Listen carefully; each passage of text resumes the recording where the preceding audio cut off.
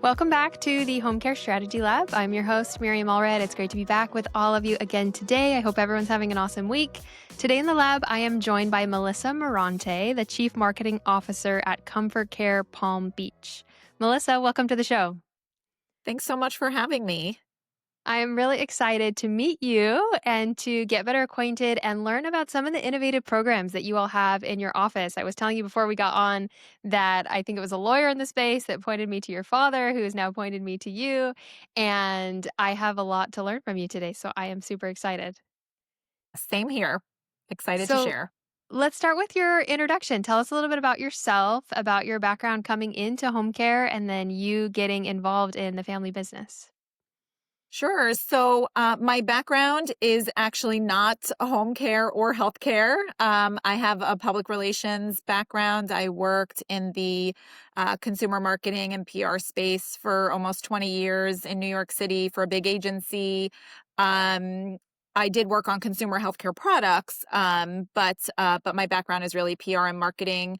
I joined the family business in 2016, relocating from New York to Florida, which was a big move and something I swore I would never do. But here I am. We're a family owned and operated home care agency. So it's myself, my brother-in-law, my sister, and my parents. The Palm Beach office opened in 2010. My father purchased 50% of an existing franchise. And then in 2012, my sister and brother-in-law joined. And then in 2016, I came along. Amazing. And your title today is Chief Marketing Officer. Tell us a little bit about like day in the life or what you do for the business. Yeah, so day in the life, I am responsible for developing relationships with our referral sources. We are good old-fashioned marketers. We knock on doors and we set up meetings and we go to networking events and we build relationships, right? Home care is a referral-driven business. And so you get referrals when you have relationships with people. Mm. And so that's my primary role. One of the other things that I'm responsible for is I am our Parkinson's care expert. And so three of our owners, my sister, my brother-in-law, and my dad, are all nationally certified Alzheimer's educators. And when I joined in 2016, we identified a real gap in understanding of Parkinson's, and we have unique expertise in chronic illness. And so I sort of dove right in. My grandfather had Parkinson's and what we think was Lewy body dementia, although we didn't know half of what we know now back then. Had we, his life would have been very different. My grandmother's life would have been very different. And so I sort of immersed myself in the disease. And like my brother-in-law says, I became a student of Parkinson's and really became an expert. There is no certification like there is for Alzheimer's. And so Parkinson's care expert is how we describe the role. And so along with that comes training all of our caregivers on Parkinson's disease. And then I do a lot of volunteer work and education on the disease out in the community. Fantastic. We're going to talk a lot more about that today, your expertise and how you've translated that. One question though, you coming from New York, big PR kind of marketing firm, but joining this company in 2016, and you said you're very much like boots on the ground type marketing. Was that a hard switch for you? Did you come in? I just imagine you come in from like a digital heavy, like online presence marketing background, but to come and shift gears to, boots on the ground type marketing, did you come in kind of guns blazing, like we should do more online and have like a really strong online presence? Or did you understand from day one, like this is a very referral based business and we need to go all in on that strategy? Like what did that look like? Yeah, so admittedly, I am not a fan of the technology. Okay. I'm old and I like good old fashioned meeting people, talking on the phone. One of the things we had talked about this earlier, right? One of the things that came out of COVID is everybody started jumping on Zoom and it became an excuse, right? To not leave your office. And all of these meetings started happening on Zoom. And I was like, we are social beings. Like we need to be out there and talking to people. And so no, for me, it was more about sort of learning how to, we call it marketing, but it's sales essentially, right? And I in my previous life had this sort of vision of what a salesperson was, right? My father has been in sales his whole life. And so that was the uncomfortable part for me, and learning how to knock on doors and try and cold call, right? And set up appointments and all of those things. That's a little bit different. Sometimes you can make the analogy to pitching media, but it's not really the same. And so that for me was the biggest transition, was sort of learning how to sell, right? Mm.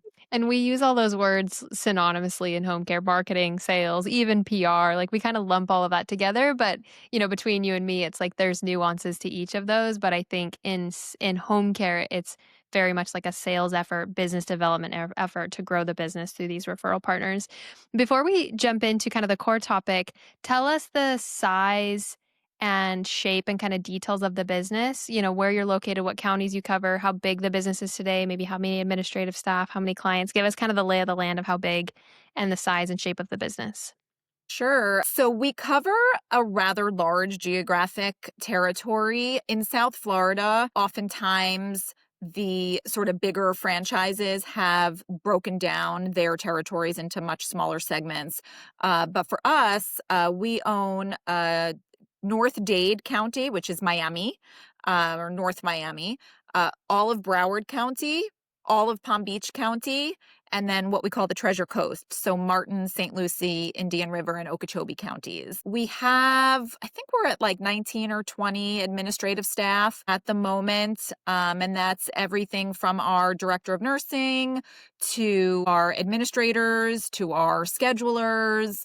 To us, our marketing people. We are owner operated. And so we are all very much involved in the day to day. I'm responsible for marketing. My brother in law is responsible for marketing. He has a sales background. My father is our CEO. So he operates as sort of our 30,000-foot strategy, although is still very involved and does a lot of speaking in the community. We do have a director of business development in Palm Beach. We have somebody who fills that role in Broward and somebody who fills that role in Miami as well. Let's see, in terms of clients, so gosh, I should know this. We're probably at the 200 to 250 clients at any given moment. It's obviously very, right? But I would say that's probably a pretty good estimate. Okay. Yeah, that's great. Just helps us get an understanding of where you guys are at and kind of the size and shape of the business. As far as payer sources go, are you guys heavy private pay or do you take a lot of government payments? So we are contracted with the VA, and we have quite a few VA clients. It's not a huge part of our business, but we do take care of a lot of veterans, which we're very proud of. We also take all long-term care insurance or private pay, of course, and then we also in 2021 partnered with Alpert Jewish Family Service here in Palm Beach and created another agency that's called JFS Comfort Care. And through that agency, in addition to private pay, we also take care of Holocaust survivors. Those services are paid for by the Claims Conference. We also do a lot of guardianship work with them. So we take care of wards, and then they have some grants. And so there are some subsidy clients that we take care of. Okay, wow. I'm not super familiar with that program, but it sounds like you all have focused heavily on like specialties. Florida's a very crowded market. I don't have to tell you that.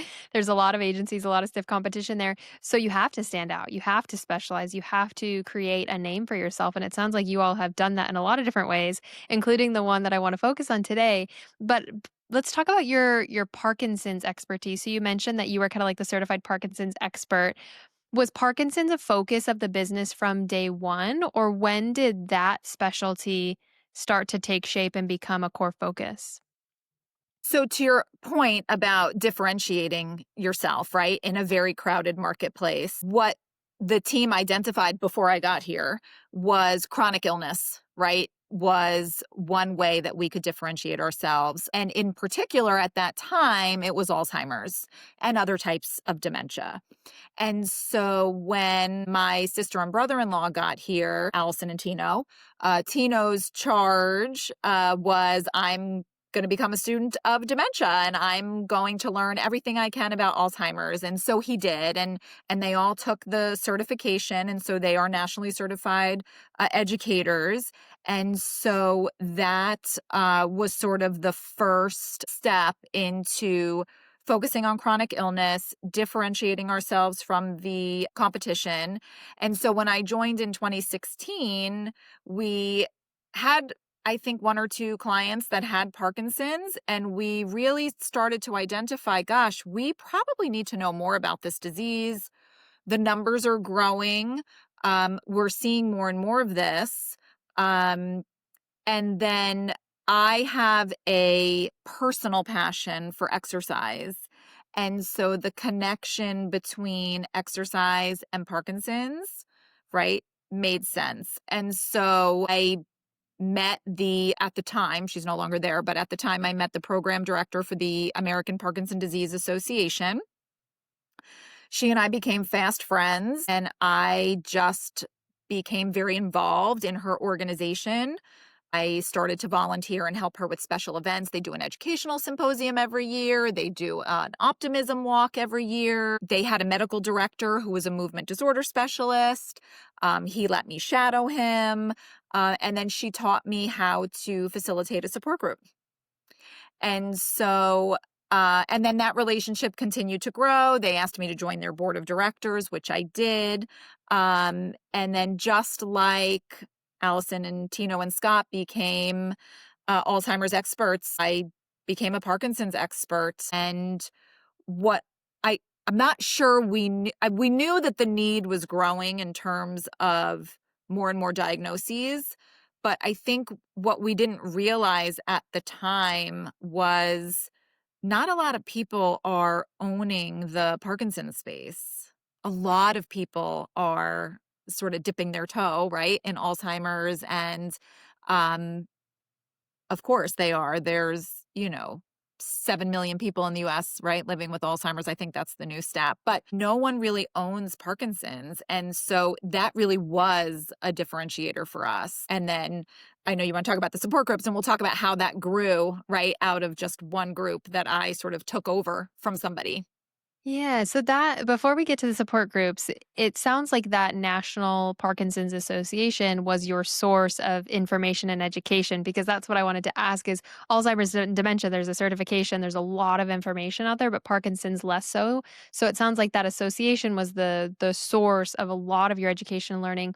Were there any other important people, associations, online reading, education, like what were any other sources that you turned to learn more about Parkinson's?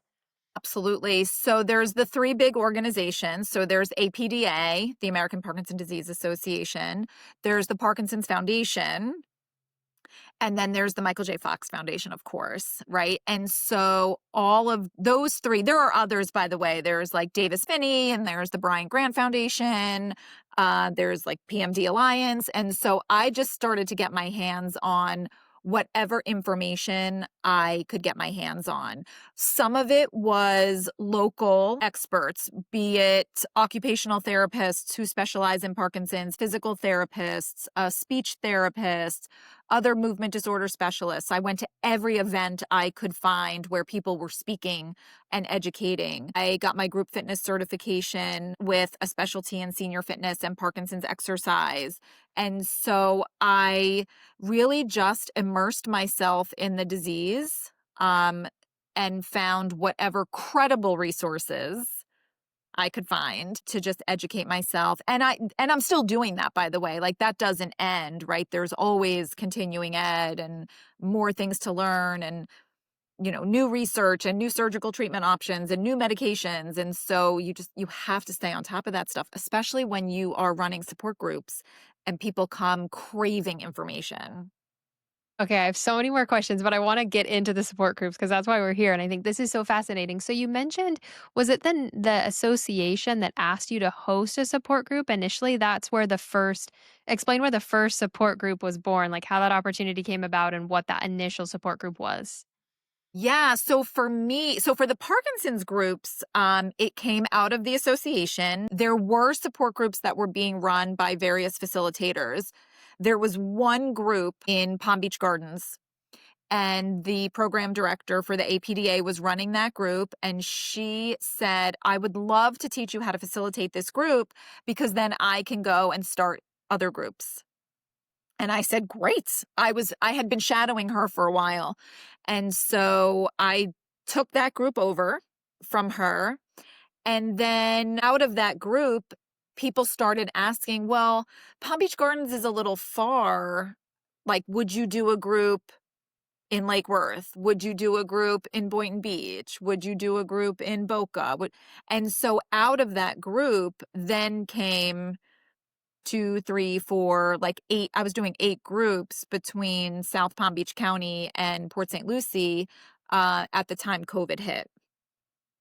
That only that Palm Beach Gardens group continued to be associated with the APDA. The other groups I sort of took on as those are just my groups. And so I wasn't affiliated with any organization. Because what I quickly learned was people just want good information. It doesn't really matter where it comes from as long as it's a credible source. And so at that time, I said, look, my mission is to educate people with whatever resources are available. So if it comes from the APDA, that's great. If it comes from the Parkinson's Foundation, that's great. At the time, there wasn't really any local presence for Michael J. Fox here. There is now. There's a gentleman who is sort of feet on the street and he goes around. He's a volunteer and he educates on a lot of their research programs, which is really great. And so I didn't brand my groups as Parkinson's Association groups. They were just Melissa's groups. And then COVID hit and we had to go virtual because everybody was afraid to go. And I often host in like senior living communities and they weren't letting people in the buildings. So I took the groups virtual and I did 2 groups a month, one in the morning, one in the afternoon to accommodate as many schedules as I could. And then post COVID, when the world opened, the people that were not excited to go back in person and wanted to stay with the virtual groups begged and pleaded, please, please, please don't cancel the virtual group. So I promised I wouldn't.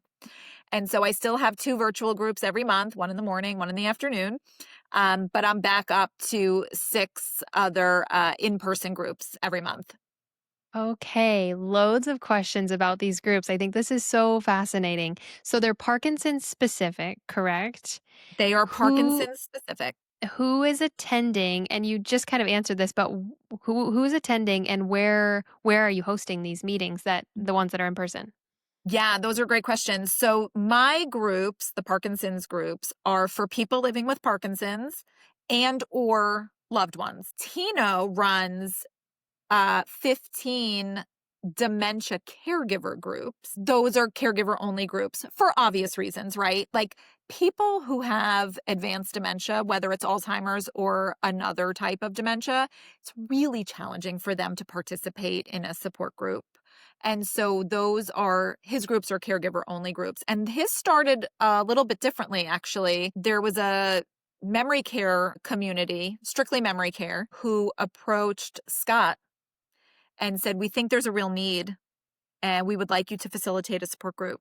And so it was Scott and one other person, like one participant in this memory care unit. It was the wife of somebody. And that's how that started. It was him and one other person.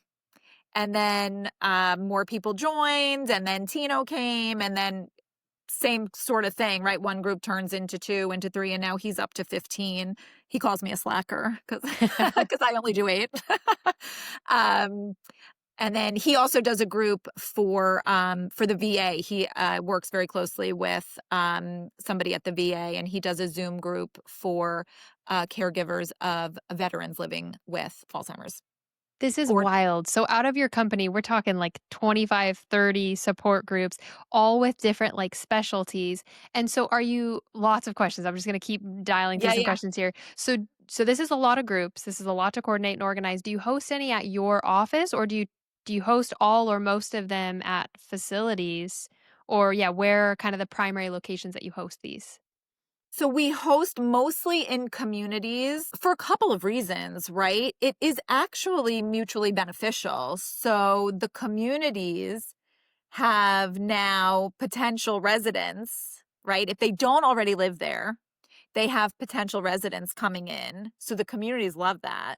And there's also, certainly in the Parkinson's space, there are lots of communities who have a lot of residents who have Parkinson's who need the support. And so for them, especially when mobility becomes more of a challenge, it's actually very easy for them just to come, I'm making this up, downstairs to the community room or upstairs to the art room or wherever, right? So, yes, we host in senior living communities. I am doing, let's see, so I'll give you an example. So I have one group in a doctor's office. They let us use the conference room, and it is one of the leading movement disorder specialists in our area. So he is allowing us to use his conference room, which is great. I host one at a rehab hospital up in Jupiter. And then I think the other 4 in person are in senior living community. I'm lying. One also at another doctor's office, but in that particular space, it's more research based. They don't see patients in that office. So, and then the rest are in senior living communities. Tino's the same, mostly senior living communities. He does one at one of the libraries down in Broward County. Think This he is does one up at, like, Alzheimer's Community Care. We're very involved with them locally. I think he hosts one, either at their office or at their day center, for caregivers. So it sort of runs the gamut, but we pick, locations that are easy for people to get to. We do them once a month, and so it's always the same day and time every month. So the 2nd Tuesday at 10 a.m. here, and then we budget an hour and a half for time This for is each one. fantastic on so many levels. Like it makes sense for so many reasons because these are all prime referral partners for you. And like you said, targeted location that people can access, just so many good things that can come out of this. Talk about how you structure these meetings. So actually kind of like step into, you get to this doctor's office and there's a group of people there. How do you structure these meetings? What does that 90 minutes look like? I know, and I think people will be really disappointed when they hear me say, I don't have a formal structure. I don't have an agenda. I never walk in with sort of a plan. What I tell people is, this is your group. So whatever you want to talk about is what we are going to talk about. And sometimes it has nothing to do with Parkinson's, right? Because as I've explained to people many times, my groups are for people with Parkinson's, right? And or loved ones, right? But they are thinking, living, breathing Parkinson's 24/7. The support groups are not only support, but they're socialization. And so for them to be able to sit around the table and talk with people who are going through similar experiences, maybe about Parkinson's, but maybe about, like, we had one guy on our Zoom call. His grandkids came to visit, and he was like, I realized how bratty my grandkids are. Like, I just don't know how to deal with them. And I was like, not enjoying this visit. And we spent about 40 minutes, right, with everybody sort of chiming in on how you handle a situation like this. I mean, during COVID, we once spent an entire group talking about what everybody was binge watching on Netflix, right? Because people were just craving socialization, and that was how we had to do it during COVID. I do bring in guest speakers, as does Tino, for various topics. So anybody from a movement disorder specialist to a drug rep to a surgical treatment option, a device company to a speech therapist, to an elder attorney, right? To talk about making sure all of your documents are in order, topics that are relevant to this audience. And what we also talk about a lot is they're not just living with Parkinson's, right? Oftentimes, like if it was just Parkinson's, people would be like, all right, like we could totally handle this. But it's not. There's like cardiac issues and urology issues and gastro issues and arthritis and just getting older, right? Like getting older stinks. And so, and it's hard for people and it's hard to navigate. And so we talk about all the issues that are relevant. And I know it's working because for a couple of reasons. They keep coming back. So that's a good sign. Um, but I get like 3 or 4 calls a week from people looking for either a support group or just Parkinson's resources.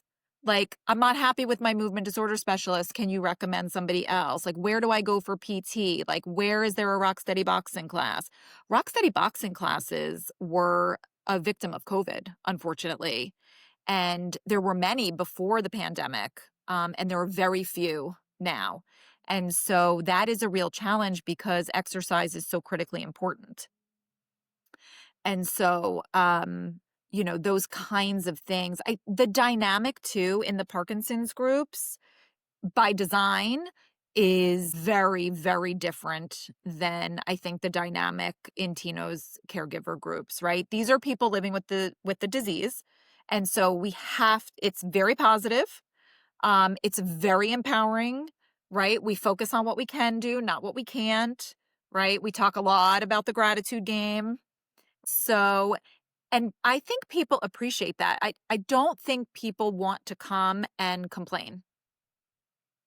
At least that's what my experience has been. They want to come and feel like I can do this, like I can beat this. Um, you mentioned people calling in to inquire about the support groups and people calling to inquire about Parkinson's. How do you market these support groups? Like, is it just on your website? Like, what are all the marketing channels that you've opened to get people to find out about these support groups? Right, so it is interesting, right? I started getting all these phone calls and I was like, "My gosh, how are people finding me?" And so, what I learned was, I don't know who made the list, but there's a list somewhere, and if you Google support groups and Parkinson's support groups in South Florida, my name comes up. I Okay. didn't do that, but amazing. The APDA has my groups listed on their website, their Florida chapter website. The Parkinson's Foundation, so I'm on the education committee. I'm no longer on the board for APDA, but I am on their education committee. Um, and I am also a Parkinson's Foundation ambassador. And so I did that because again, back to my earlier point, like I just want to be able to support people with the information that they need. And so by not taking a board position, it allowed me the flexibility to be involved with both organizations. And by the way, the organizations are friends. They support each other. They often do events together. And so everybody should know that everybody works beautifully together down here in South Florida.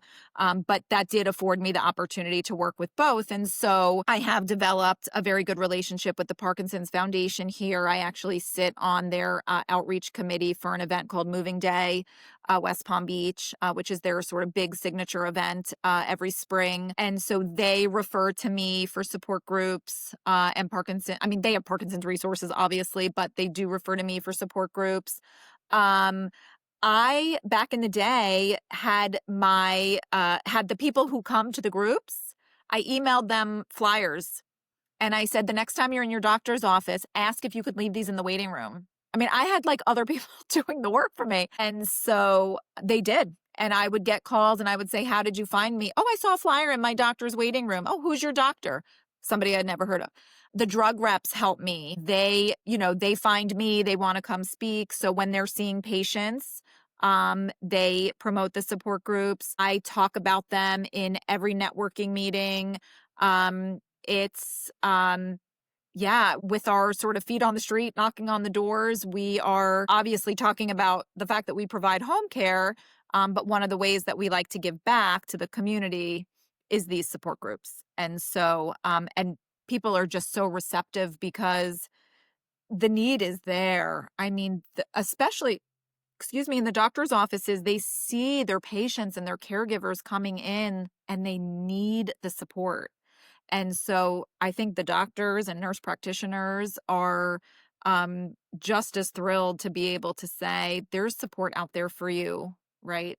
Here's a list. Yeah, and this has been years in the making. This wasn't an overnight effort. Look how For many sure. people and how much effort you've had to put into this over the years. But to have built it up to where it is today is just fantastic. And I think what I love so much about this is it touches kind of that sales and business development effort, but it's also a really personalized touch point with your clients and with their families. And everyone is craving socialization. And we talk about like loneliness is like the silent killer in this industry. And so just creating a space and a time for you to connect personally, also outside of their homes, for them to come and have this experience outside of their homes is good for you and good for them. And so there's just so much good that come out of this. And I didn't actually know, but I love that you have the dementia caregiver support groups. Like that is a phenomenal idea where it's these caregivers that are caring for these people and it's so burdensome and so heavy on their hearts and on their minds and they need support. And so my one of my questions is an office, think of another agency may think like, wow, this is a lot of extra work. Like we already do a lot of like recognition and training and education. This feels like one more thing. Is that how you all see it? Or do you see it as like this is actually the core of what we do and other things are almost secondary to this effort? Yeah, we definitely don't see it as extra work. Um, we see it as our differentiator. We see it as a way. So we believe, right?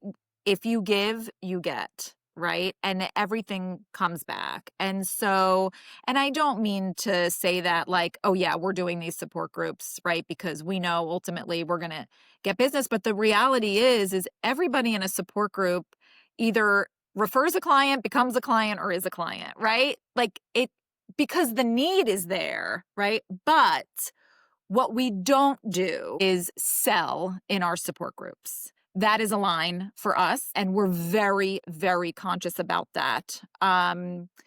I never ever talk about comfort care in my support group unless somebody asks specifically about home care. I mean, look, I send out emails every week with the list and my signature is on there. Like people know.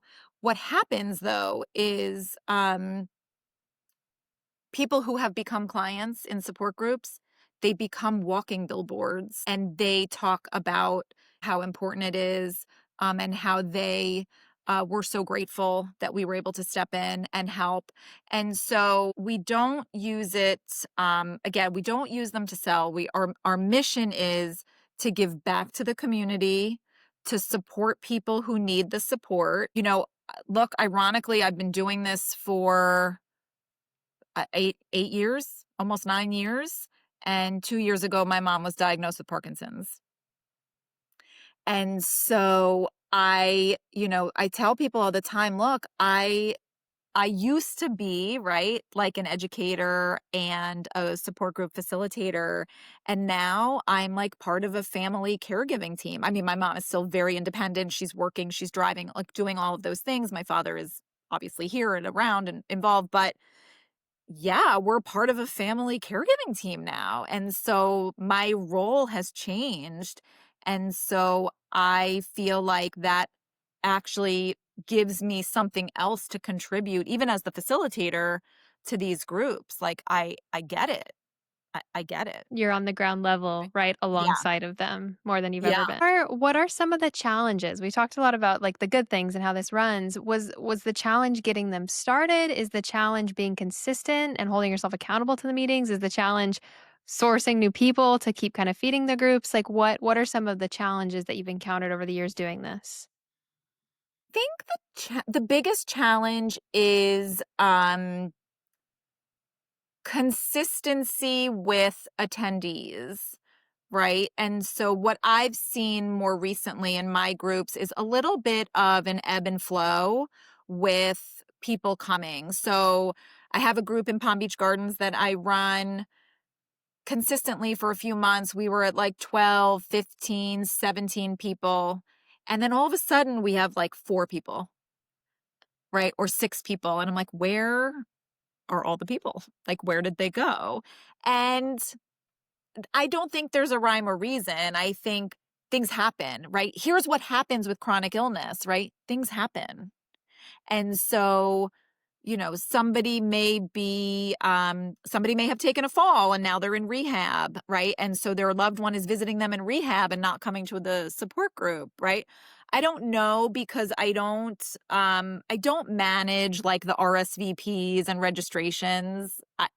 Look, the groups are happening. I'm showing up. Like if no one shows up that month, that's okay. Like I'll sit for a half an hour, I'll wait and make sure no one's coming and then I'll leave, but I'm there. So if there's one person there or there's 17 people there, that's what's happening at that group and I will talk to anybody who wants to talk.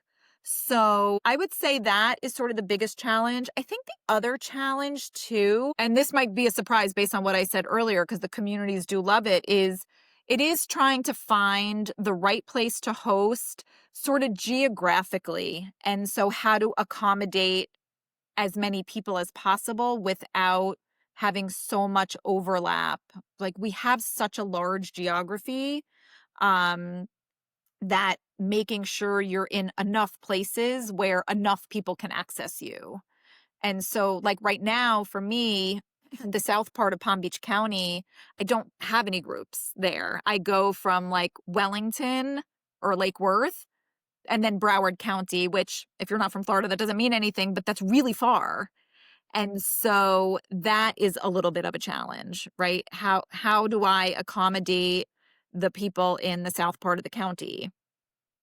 And then there's also like the time. Like I'm running 8 groups a month, but I have other responsibilities, right? Tino's doing 15. Like how many more groups can we possibly take on without, other things, right, being sacrificed? So that's also a little bit of a challenge too. Like how much more can we take on? Because the groups did grow and they're wonderful and we love doing them and we love helping people, especially to your earlier point too about caregiver burnout, right? Tino's caregiver groups. I mean, we know, right? Caregiver burnout is epidemic. It is it's like a legal cause of death in 11 states.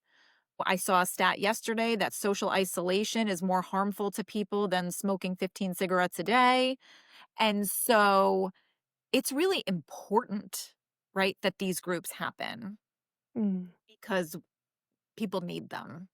And that's what I love what you said. It doesn't matter if one person shows up or 17 people show up. It's the consistency. Like hard, important things take work. And this is one of those where it's a lot of effort. It's 8 groups, 90 minutes every single month. That's a huge time commitment. But like you said, it's like these are individual lives. And this is maybe arguably the most important thing that you do is supporting these people in these support groups. One technical question, I thought this was interesting. You mentioned not managing like the RSVPs and maybe over communicating with people to remind them and get them to come. I'm curious if that's one, because it's just a lot of work to communicate all of that, or if it's this is very like volunteer based, there's no obligation, there's no pressure to attend. You want people to come of their own free will.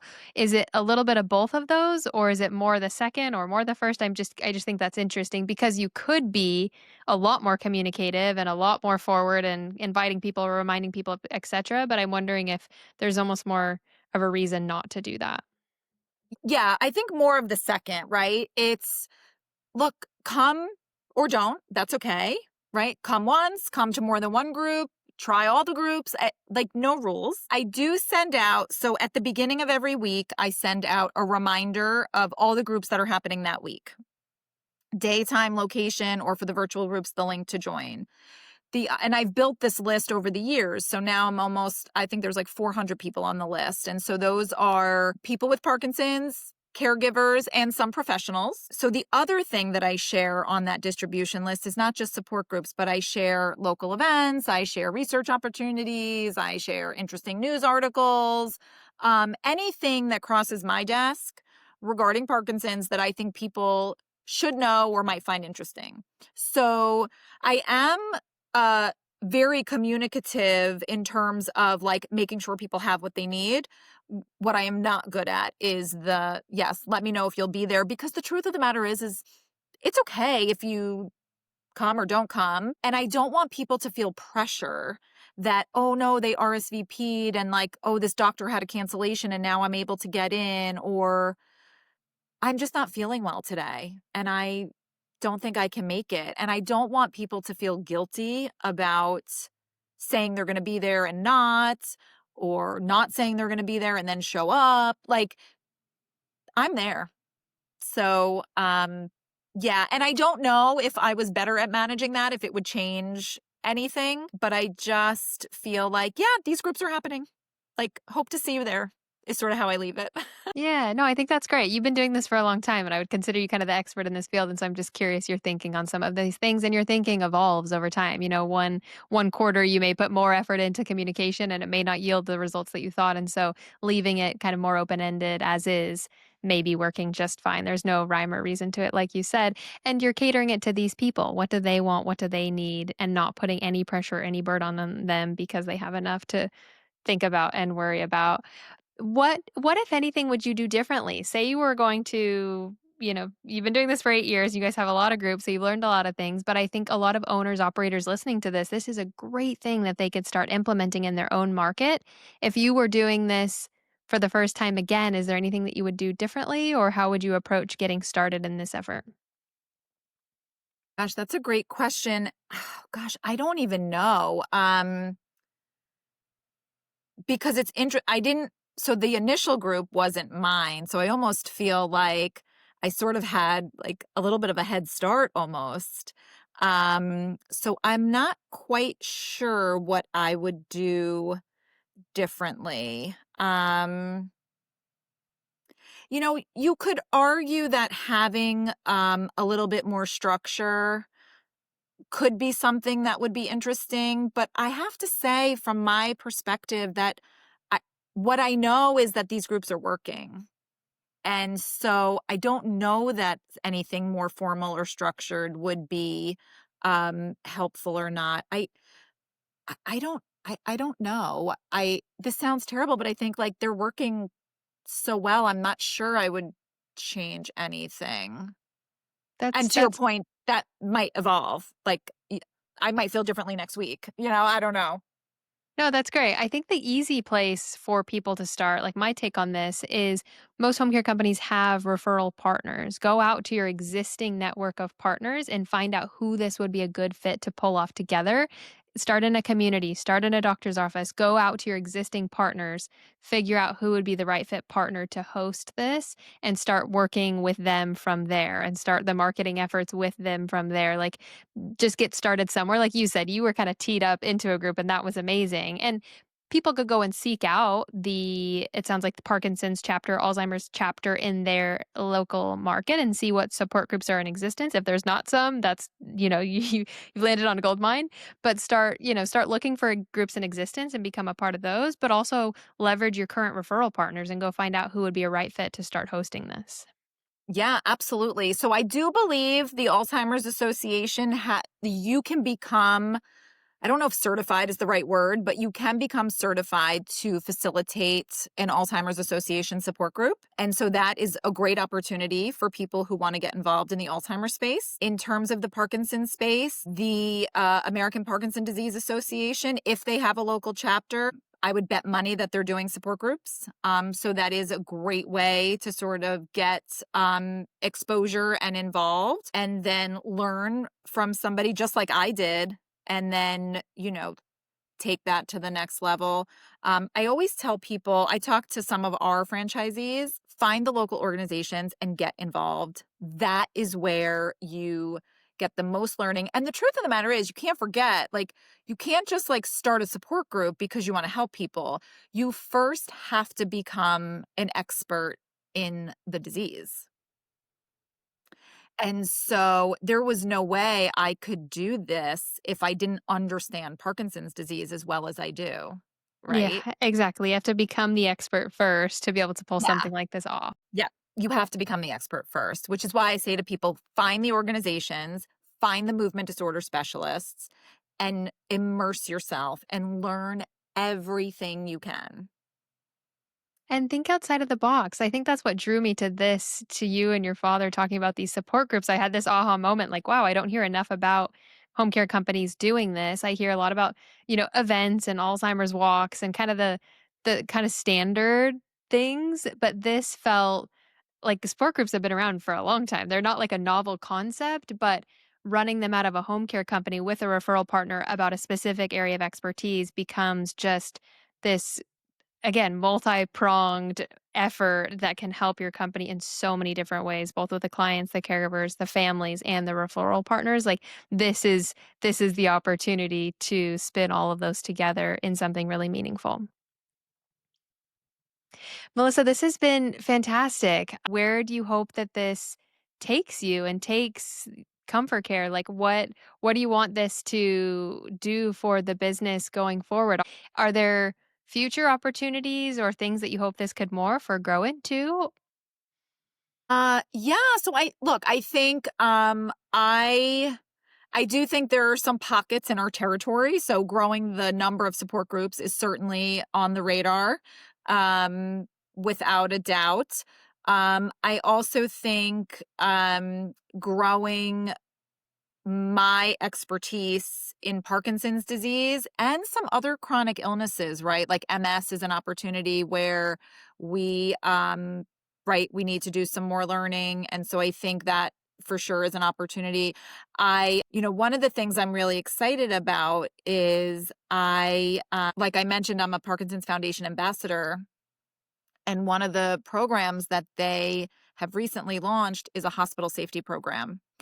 And that is because there are startling statistics about Parkinson's patients who go into the hospital and then who leave worse because they're just, and again, it's not ill intentioned, there's just lack of education in terms of medications, in terms of movement and fall risks and all of those things. And so they launched a hospital safety program, which is an education opportunity, right? For ambassadors who are certified in the program to go into hospitals and educate. And so that is something that is on my radar. I just have to finalize my certification and then be able to start going into hospitals and teaching because it really could make a huge difference for those patients who are going into the hospital. And so, again, we go back to helping people live their best life and improve the quality of life. And so that falls under that umbrella. And so that is something that's on my radar in the near future, sort of short term, um, to do that. But I think our mission is going to continue to help people make sure they have good information so that they can make good decisions. Fantastic. And I'm glad you mentioned that, other chronic conditions, MS being one of those. I've said this on several recent podcasts. I think where aging is becoming a hot topic and we talk about just whole person care and well-being and holistic based care and what that means for home care. And you mentioned, your passion for exercise. There's just a lot of room for like specialization in home care. And people want that social piece, that exercise piece, that nutrition piece. Like there's all these components, and your home care company can specialize and differentiate in so many different ways. And look how much good can come out of that. Again, there's so many home care companies, and everyone's talking about Alzheimer's dementia, but there's so many other niches and specialties that you can focus on and become that expert in your market and then build a support group around it to start drawing attention to yourself. Like there's just so much room for like innovation and creativity in these types of programs, and I think you all have found that and are leaning into that, and it's driving a lot of success for you. Melissa, thank you so much for joining me in the lab. This has been fantastic. I I will share your contact information in the show notes if that's all right, and your website and information about some of these organizations and groups that you've mentioned so people can learn about them and take advantage of them. But thank you for being so gracious with your time today and sharing all of this information. It was my pleasure. Thanks for having me.